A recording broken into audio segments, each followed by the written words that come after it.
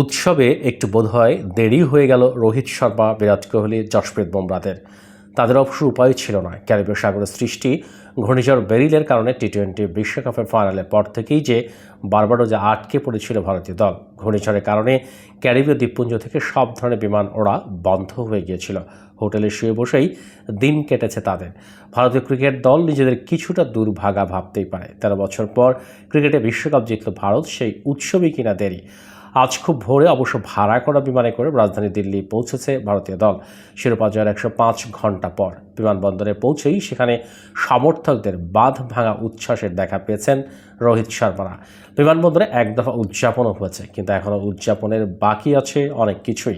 বিমানবন্দর থেকে সোজা ভারতীয় ক্রিকেট দলকে নিয়ে যাওয়া হয় দিল্লির একটি 5 তারকা হোটেলে। সেখানেও হয়েছে বেশ কিছু আনুষ্ঠানিকতা। বিশ্রাম সেরে ভারতীয় দল সাক্ষাৎ করতে গিয়েছিল প্রধানমন্ত্রী নরেন্দ্র মোদীর সঙ্গে। বারবাডোজ থেকে ভ্রমণ জার্সিতে ভারতে পৌঁছালে প্রধানমন্ত্রীর সঙ্গে চ্যাম্পিয়ন লেখা জার্সি পরেই দেখা করেছেন দলের সদস্যরা। আজ দুপুরেই সবাই উড়াল দিয়েছেন মুম্বাই। সেখানে হবে বড় উৎসব। ছাদ খোলা বাসে ট্রফি নিয়ে সাধারণ মানুষের সঙ্গে আনন্দ উদযাপনে মাতবেন ক্রিকেটার ও দল সংশ্লিষ্ট সবাই। ছাদ খোলা বাসে করে মুম্বাই শহর প্রদক্ষিণ করবেন রোহিত কোহলিরা।